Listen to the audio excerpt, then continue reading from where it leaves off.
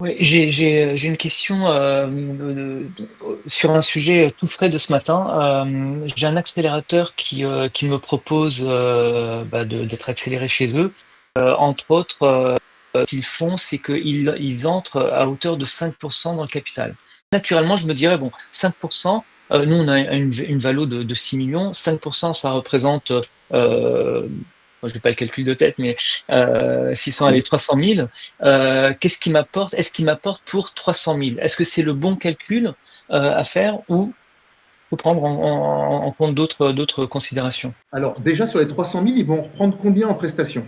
Parce que vous avez des incubateurs ou des accélérateurs qui investissent en services contre equity, qui vous donnent de l'equity, mais qui vont vous refacturer derrière les bureaux, les intervenants, les thématiques, les cafés, enfin, je caricature un peu, mais Ouais. donc, si vous cédez en contrepartie d'une location, prenez un open space, quoi, Mmh. quel est leur track record des Mmh. boîtes qu'ils ont accélérées et qu'est-ce qu'elles sont devenues?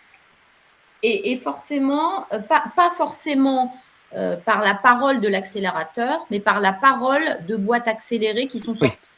Et ça, Mmh. il faut absolument que vous trouviez 3 anciens accélérés, pas de 10 ans, hein, pour les questionner. Concrètement, qu'est-ce qui t'ont amené, quoi? Ouais. OK. Parce qu'on a là aussi beaucoup d'expériences où on nous dit c'était super convivial, joli espace, du réseau, c'est-à-dire pas seul parce qu'on peut échanger, etc. Mais concrètement pour ta boîte, qu'est-ce que ça a accéléré? Et notamment sur le sujet de la levée de fonds. Parce qu'autant l'incubateur, il est peut-être moins sur ces sujets-là, puisque les boîtes sont plus early stage. Par contre, un accélérateur, une structure qui se qualifie d'accélérateur, il doit avoir un réseau d'investisseurs qui peut appeler, à qui il peut diffuser votre projet, parce que vous en aurez besoin. Et là, il faut compter sur lui.